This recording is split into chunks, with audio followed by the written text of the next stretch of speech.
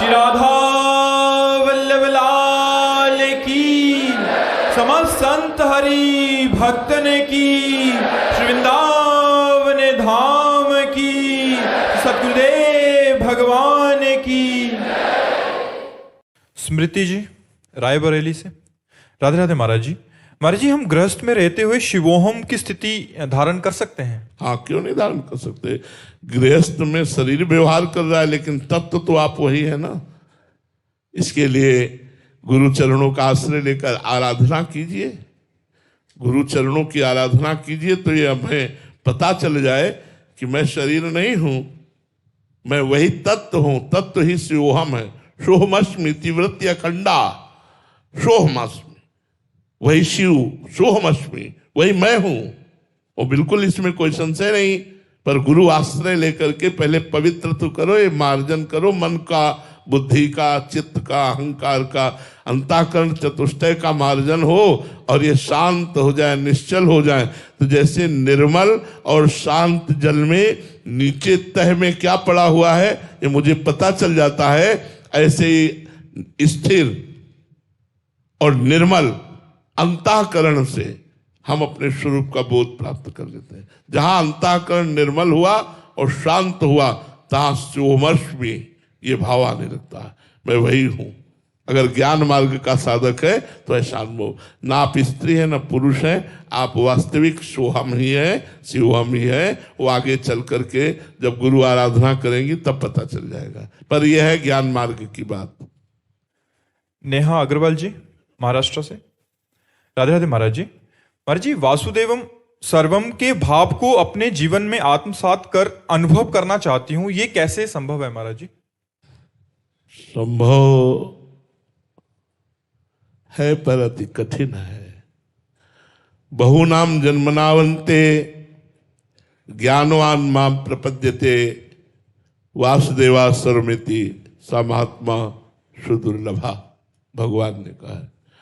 बहुत जन्मों की साधना के बाद ऐसा बोध होता है कि सर्वत्र भगवान वासुदेव विराजमान है। वासना वासुदेवस्य वासितम भुवनत्रयम सर्वभूत निवासोस्मि वासुदेव नमोस्तुते। वो उपासक देख पाता है कि भगवान वासुदेव अपने संकल्प से इतने रूपों में स्वयं भगवान विराजमान है। ऐसा ज्ञान कठिन है, तभी कहा है सा महात्मा सुदुर्लभा। ऐसा महात्मा मिलना कठिन है जो सब में अपने इष्ट भगवान का दर्शन करता है। अब इसके लिए साधना है, गुरु की शरण में जाकर गुरु चरणों की आराधना करके पहले अभिमान मल को नष्ट करे। बिना गुरु सेवा के, गुरु आज्ञा का पालन किए अभिमान मल का नाश नहीं होता। चाहे जो भी साधना करो उससे अभिमान पुष्ट होता है। सर्व अभिमान रहित, देहाभिमान शून्य हृदय में प्रकट होता है वासुदेवास्वरमिति। जिसका अभिमान गलित हो गया है, देह भाव, उसके हृदय में भगवान स्वयं प्रकट हो जाते हैं। और जब भगवान प्रकट होते हृदय में तो जो जिधर दृष्टि डालता है उधर उसे भगवान ही दिखाई देते हैं। जित देखो तित श्याममय। जहां भगवान का हृदय में साक्षात्कार हुआ तो जाको मनमोहन दृष्टि परे, सो तो भयो सावन को आंधरो, सूझत रंग हरे ही हरे। जाको मनमोहन दृष्टि परे।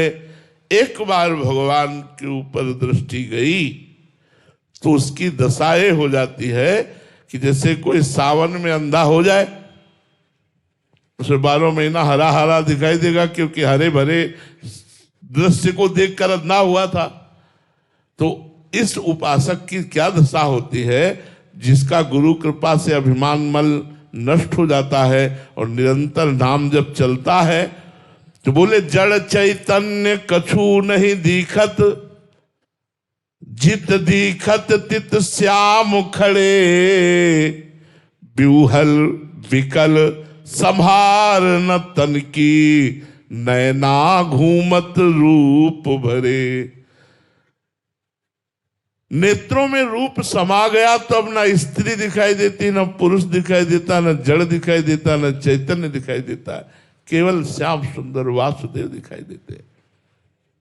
करनी अकरनी दो विधि भूले, विधि निषेध सब रहे धरे।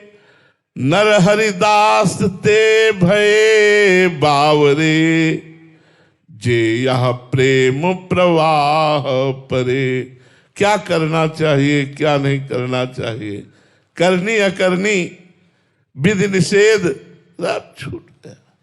न लाज तीन लोकन की, न वेद को कहो करे, न शंख भूत प्रेत की, न देव जक्षते डरे। सुने न कान और की, दृश्य न और इच्छना। कान से कुछ और सुनने की रुचि नहीं रह गई, हृदय में कोई चाह नहीं रह गई। भगवान के प्रेम में मगन वो जिधर दृष्टि डालता है वासुदेवास्वर में थी। सी राम में सब जग जानी, करो प्रणाम जोरि जुग पानी। चिद चिद लक्षणम सर्वम राधा कृष्णमयम जगत। जिधर दृष्टि डालता है उधर प्रभु ही प्रभु नजर आते।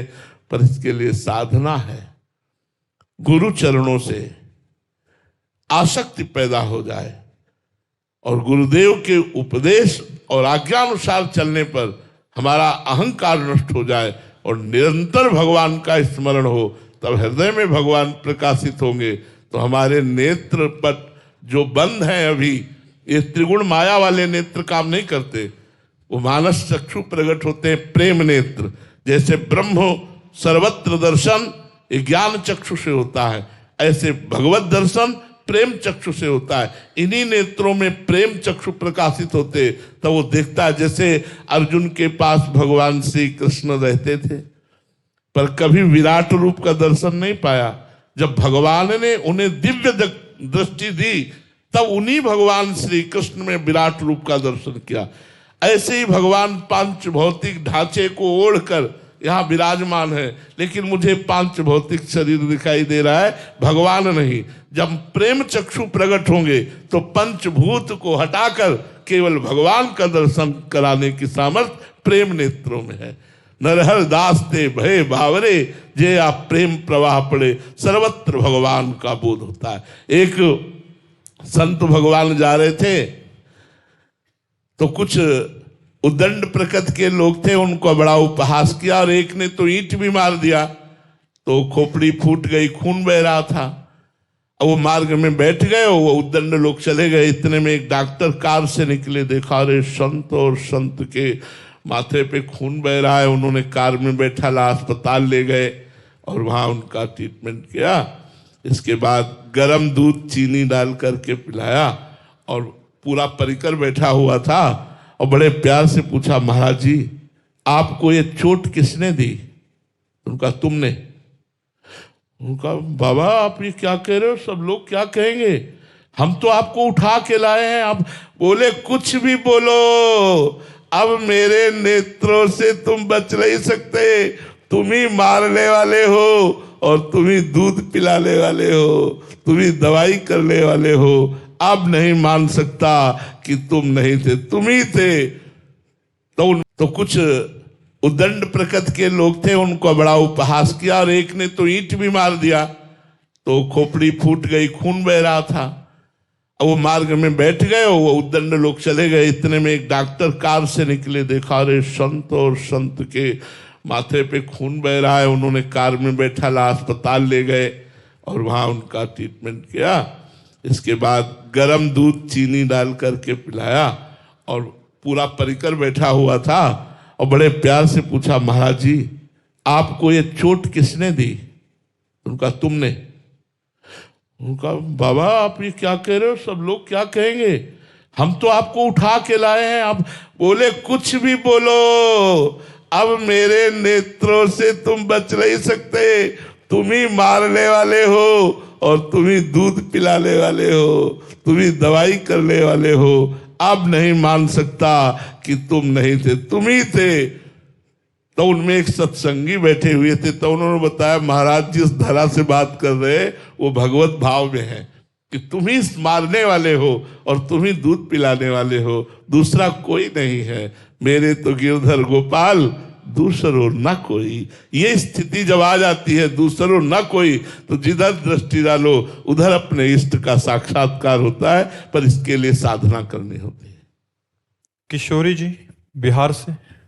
राधे राधे महाराज जी। महाराज जी, पाप और अपराध में क्या फर्क है? अपराध वैष्णव अपराध, धामापराध, नामापराध, ये अपराध की संज्ञा में आते हैं। और जो हमारे शास्त्र विरुद्ध कर्म हैं वो अशुभ कर्म में आते हैं, पाप कर्म में आते हैं। शास्त्र के विपरीत आचरण बन जाना पाप है, लेकिन वैष्णव, नाम, धाम, संत, इनके विपरीत आचरण बन जाना अपराध है। ये बड़ा भयानक होता है। बोले संत अपराध, वैष्णव अपराध, धामा अपराध, नामा अपराध। पाप तो नष्ट हो जाता है तीर्थ अवगाहन से, नाम कीर्तन आदि से, लेकिन ये जो अपराध है इसका विमोचन होना बड़ा कठिन होता है।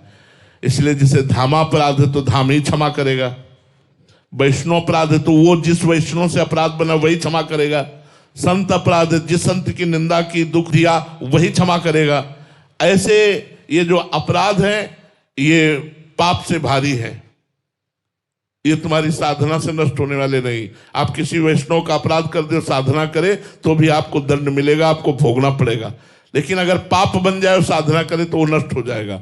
तो अपराध है वैष्णव अपराध, धामापराध, नामापराध, संत निंदा अपराध, ये अपराध के अंतर्गत है। और जो शास्त्र विरुद्ध कर्म बनते हैं उन्हें अशुभ कर्म कहते हैं, उन्हें पाप कर्म कहते हैं। और वो पाप कर्म तीर्थावगाहन, भगवान नाम कीर्तन, परोपकार आदि के द्वारा नष्ट किए जा सकते हैं। पर अपराध जिससे बनेगा उसी से क्षमा याचना करके वो क्षमा कर दे तो तत्काल नष्ट हो जाएंगे। मयंक जी हरियाणा से। राधे राधे महाराज जी। महाराज जी, भगवत गीता में स्थित प्रज्ञ की परिभाषा किया गया है महाराज जी उसमें कि जो सभी स्वार्थ की इच्छाओं का, इंद्रियों की लालसाओं का त्याग कर आत्म साक्षात्कार में ही संतुष्ट है, ऐसे व्यक्ति को स्थित प्रज्ञ कहा जाता है। महाराज जी इसका और ज्यादा समझना चाह रहे थे। देखो, अभी हम भूल करके शरीर में स्थित है, इंद्रियों के भोग विलास को अपना भोग विलास मानते हैं। जैसे मुझे आज ये खाना है तो खाने के स्वाद की इच्छा रसेंद्री को हुई और खाने की मांग प्राण को हुई, मेरे को बिल्कुल नहीं। आहार प्राणों का विषय है, स्वाद रसेंद्री का विषय है, और इनका मिलान कराने वाला नेता मन है। मैं तो साक्षी हूं, लेकिन मैं साक्षी ना रह करके आज मैंने ये खाया, आज मैंने ये पिया, आज मैं ये देखूंगा, आज मैं ये सुनूंगा, ये भाव रहता है। ये अज्ञान की दृष्टि में स्थित पुरुष का लक्षण है। और ज्ञानी पुरुष खाते पीते सोते जागते चलते फिरते हर समय असंग रहता है। देखा किसने? नेत्रेंद्री ने, मैंने नहीं। वो जो मैं है वो अकर्ता है, जो मैं है वो अभोक्ता है, जो मैं है वो चैतन्य घन निर्विकार है, और वही मैं हूं। ये जब अनुभव हो गया और इन तीनों शरीरों से असंग हो गया, इस स्थूल सूक्ष्म और कारण शरीरों से अपने को कर्ता नहीं देखता, वही महापुरुष स्थित प्रज्ञ माना जाता है, जो कर्ता और भोक्ता भाव से, अहंकार से जो ऊपर उठ चुका है। ये अंदर का विषय बाहर ही नहीं है, वो अंदर के चिंतन का विषय है। उसका क्या चिंतन है, क्या स्थिति है, तो भगवान उसमें बताते हैं वो बाहर से नहीं जाना जा सकता, वो आंतरिक स्थिति है। रोमिल जी राधे राधे महाराज जी। महाराज जी आपके चरणों में कोटि कोटि प्रणाम। महाराज जी, सभी संतों में अपने गुरुदेव जैसी भावना कैसे दृढ़ हो? कठिन है, कठिन है। वैसे हरिराम व्यास जी ने भी कहा सभी संत गुरुदेव हैं, व्यास यहां प्रतीत। सब संतों को गुरुदेव के समान माने कठिन है, बहुत कठिन है। बड़ा निर्मल हृदय हो जाए और अखंड मंडलाकारम व्याप्तमेन चराचरम तत्पदम दर्शनमेन तस्मै श्री गुरुवे नमः। मेरे गुरुदेव अखंड मंडल में चर अचर में व्याप्त है, ऐसा अनुभव हो जाए तो संत क्या सब में गुरुदेव का दर्शन होने लगेगा। पर कठिन है, जैसे हमने वासुदेवा में कहा कठिन है, ऐसे सब संतों में गुरुदेव का दर्शन होना कठिन है। पर संतों में यदि गुरुदेव का दर्शन कर पावे तो बहुत लाभ प्राप्त हो जाए, बहुत लाभ प्राप्त हो जाए। सबे संत गुरुदेव है व्यासे आप प्रतीति। हरिराम व्यास जी कहते हैं मुझे दृढ़ विश्वास है कि सब संतों के रूप में मेरे गुरुदेव ही विराजमान है, दूसरा कोई नहीं। और वैसे भी अखंड मंडलाकारम व्याप्तम एन चराचरम व्याप्तम एन चर अचर, सब में हमारे गुरुदेव व्याप्त है। ऐसा सिद्ध पुरुष का भाव होगा। साधारण तो नहीं देख सकते, पर साधारण को गुरुदेव के समान सम्मान प्यार दुलार संतों को करना चाहिए, जिससे हमारे गुरुदेव हम पर प्रसन्न होते हैं। संतों का अपमान गुरु द्रोह पैदा कर देगा, संतों का सम्मान गुरु प्रीति पैदा कर देगा। और गुरु प्रसन्न तो साहब अपने आप प्रसन्न हो जाएंगे, इष्ट अपने आप अनुकूल हो जाएंगे। स्वाति रघुनाथ जी मुंबई से। राधे राधे महाराज जी। महाराज जी, क्या पिछले जन्म के कर्मों की वजह से हमें इस जन्म में किसी खास समय पर ही अध्यात्म की ओर झुकाव होता है क्या? नहीं, कर्म शुभ और अशुभ होते हैं। शुभ सांसारिक सुख प्रदान करते हैं, अशुभ सांसारिक दुख प्रदान करते हैं। लेकिन संत मिलन, अध्यात्म मार्ग में चलने की इच्छा, ये केवल भगवान की कृपा से होती है। ये अपने पूर्व कर्मों से नहीं, अपने भाग्य से नहीं, एक कृपा से होती है। जैसे हमारे श्री धाम वृंदावन में आपका आना, बैठकर सत्संग सुनना, ये आपके भाग्य से नहीं हुआ है। प्रथम यथामति प्रणवो श्री वृंदावन अति रम्य, श्री राधिका कृपा बिनु सबके मनन अगम्य। श्री किशोरी जी की कृपा के बिना, राधा रानी की कृपा के बिना आप वृंदावन में मन से भी नहीं सोच सकते कैसा होगा वृंदावन। आने की तो बात जाने दो। तो वृंदावन आना, संत समागम होना, भगवान नाम जप होना, अध्यात्म में चलना, इसमें तो हरिजू की अहेतु की कृपा मुझे दिखाई देती है। अपने भाग्य अपने कोई कर्म फल ऐसा नहीं, इसमें हरिजू की कृपा दिखाई देती है। इसलिए इसे कृपा मानकर चलने पर ज्यादा लाभ प्राप्त होगा। हमारे भाग्य इतने कहाँ, ये हमारे हरिजू की कृपा हम पर हुई जो हमें सौभाग्य प्राप्त हुआ। सीमा खेलान जी। राधे राधे महाराज जी। महाराज जी, बचपन से ही मुझे श्री जी की कृपा से प्रिया प्रीतम की ओर, वृंदावन की ओर सहज आकर्षण था। 20-22 वर्ष की अवस्था में ही भाई जी श्री हनुमान प्रसाद पोदार जी महाराज जी को गुरु मान लिया। महाराज जी, मेरा प्रश्न है कि उनकी मैंने शरण तो ले ली, बट उन्होंने मुझे स्वीकार किया है नहीं, इसका मुझे कैसे अनुभव होगा? उनकी शरण ले ली आपने नहीं, उन्होंने आपको स्वीकार किया है, तब आपने शरण ली है। इस बात को समझिए। अगर आप एक बार भी राधा बोल रहे हैं तो राधा रानी ने आप पर कृपा की, तब राधा बोल रहे हैं। आप एक बार भी कृष्ण बोल रहे हैं तो कृष्ण भगवान ने कृपा की, तब कृष्ण नाम आपकी जिह्वा पे आया। आप जो भाई जी की शरणागति स्वीकार की, वो आपने नहीं, भाई जी ने आपको स्वीकार किया, इसलिए आपके हृदय में भाई जी के प्रतिभाव आया। इसमें तो संशय ही नहीं करना है, बिल्कुल संशय नहीं करना, दृढ़ विश्वास रखना। भाई जी स्वीकार किए हुए हैं, उनकी वाणी को पढ़िए और खूब नाम जप कीजिए और सच्चे आचरण से प्रभु की आराधना कीजिए। भाई जी महाराज स्वीकार किए हुए हैं, ये हमारी बात पर विश्वास कर लो। आकाश दक्ष जी गाजियाबाद से। राधे राधे महाराज जी। पर जी, संत मिलन को चालिए तज माया अभिमान, ज्यों ज्यों पग आगे बढ़े कोटिन यज्ञ समान। महाराज जी, यहाँ कौन सी माया तथा कैसे अभिमान त्यागने की बात? माया का स्वरूप मैं और मोर तोर तय माया। मैं का विस्मरण हो करके, मेरे पास कुछ है इस बात की ठसक छोड़ करके, एकदम दैन्य हो करके, यही दरबार दीन को आदर रीति सदा चली आई। आज हम पर भगवान की विशुद्ध कृपा हुई कि मुझे संत समागम मिला। आज संत दर्शन मिलेंगे। बड़े उत्साह में भरकर वो एक एक कदम चल रहा है, तो बोले करोड़ करोड़ यज्ञों का फल उसे संत दर्शन के लिए चलने पर मिल रहा है, एक एक कदम पर तज माया अभिमान। माया मैं और मोर तूरते माया, जेहि बस कीन्हे जीव निकाया। ये जो दैवी हेषा गुणमयी मम माया, ये जो सतोगुण रजोगुण तमोगुण जनित भाव है, इनका त्याग करके परब्रह्म परमात्मा से मैं मिलने जा रहा हूं। सातों सम मोहिमय जग देखा और मोते अधिक संत कर लेखा। यह है माया त्याग करके संत दर्शन करना। भगवान कह रहे सातों सम मोहिमय जग देखा। सातवीं भक्ति है कि सब में भगवान का दर्शन करे, लेकिन संत दर्शन क्या? मोरे मन प्रभुवश विश्वासा, राम ते अधिक राम कर दासा। ये तो भगवान से भी बढ़कर हमारे, आज हम तो कृतकृत्य हो गए। उमा संत समागम सम कछु न लाभान। को जो लाभ है वो आन नहीं है, इससे बढ़कर संत समागम। उमा संत समागम सम न लाभ कछुआन।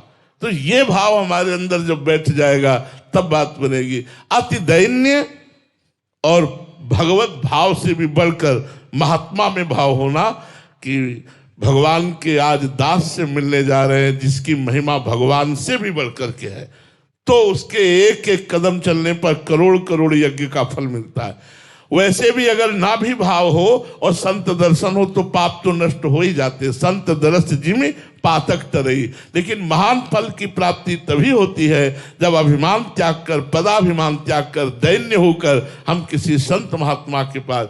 यदि हम अभिमान के साथ गए, उसका स्वरूप अलग होता है। अभिमान के साथ जाने पर अपने पद का स्मरण रहता है। मैं कौन हूं? तो बोले मैं अमुक पदाधिकारी हूं।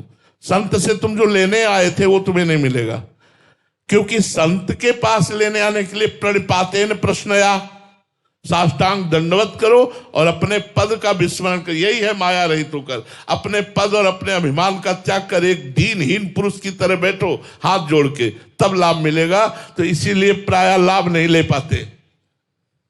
और धन्य है वो जो अपने पद, प्रतिष्ठा, धन, मान, इन सब का त्याग करके जमीन पे बैठे। वो संत ही होता है, ऐसा दूसरा कोई नहीं होता। पूज्यपाद श्री कालिदास जी महाराज कहते हैं, बड़े संतों में है, जब उनको लिए कुर्सी की बात करो तो बोले सिंहासन बैठे बैठे हमारा दिमाग खराब हो गया है। हमको सिंहासन नहीं, हमको जमीन चाहिए। जमीन में जो सुख मिलता है मुझे सिंहासन में नहीं मिलता। जहां जाओ वहां सिंहासन, जहां जाओ वहां, ये सब हटाओ, हम जमीन में बैठे। और जब आते हैं तो साष्टांग लौटते हैं। हमारे गुरुजन हैं, हमसे बड़े हैं, वो पूज्य है, लेकिन उनका भाव, आज मैं संत दर्शन करने आया, देखो उनके भाव देखो तो हृदय लगता है कि संत महिमा का दर्शन तो संतों से ही होता है। संतों से ही समझ में आता है कि संत महिमा क्या है। साष्टांग दंडवत करते। तो वास्तविक बात तो यह है कि संत ही संत दर्शन कर सकता है, दूसरा संत दर्शन ले, दूसरा संत के प्राकृतिक वैभव का दर्शन करेगा, आध्यात्मिक का नहीं। आध्यात्मिक का तो कोई आध्यात्मिक ही दर्शन कर पाएगा कि ये क्या है। आज हमें भगवान ने, जैसे विभीषण जी अंदर से इतने आनंदित हो रहे हैं और कह रहे हैं, जो प्रभु मोहि अनुग्रह कीन्हा तो तुम्हारी दरसठ दीना, अब मोहि भाव भरोस हनुमंता, बिनु हरि कृपा। आज मेरे ऊपर हरि की कृपा हो गई, आज संत मिल गए और नाच रहे, हृदय नाच रहा है। जैसे मेघ को गरजते हुए देखकर मोर नाच पड़ता है, कुहुक पड़ता है, ऐसे संत के संभाषण को सुनकर हृदय हमारा नाच पड़े। आज संत समागम हुआ। सुत दारा धन लक्ष्मी पापी के घर होए, संत समागम हरि कथा तुलसी दुर्लभ दोए। ऐसे भाव से यदि हम जाएं दैन्य होकर, पर है कठिन। तो ये जो मैं और मोर तोर तय माया और अभिमान है, अगर इसका त्याग करके हम संत दर्शन करने के लिए चले तो एक एक कदम पर करोड़ करोड़ यज्ञ का फल प्राप्त हो जाए। प्रतिभा जी सिरसा से, राधे राधे महाराज जी। महाराज जी, मैं एक अधम पापी जीव हूँ। वो सब लक्षण जो नहीं होने चाहिए, जैसे चिंता, भय, ओवर थिंकिंग, ध्यान ना लगना आदि मुझ में है। महाराज जी, बात बात पर ध्यान भी भटक जाता है महाराज जी अपने लक्ष्य से। ऐसे में भक्ति मार्ग पर चलना चाहती हूँ, बट कैसे चलूं? नाम जप करो, नाम भाव बने ना बने, ध्यान लगे ना लगे, कुछ भी कैसे भी हमारे आचरण, चिंता मत करो, नाम जप करो।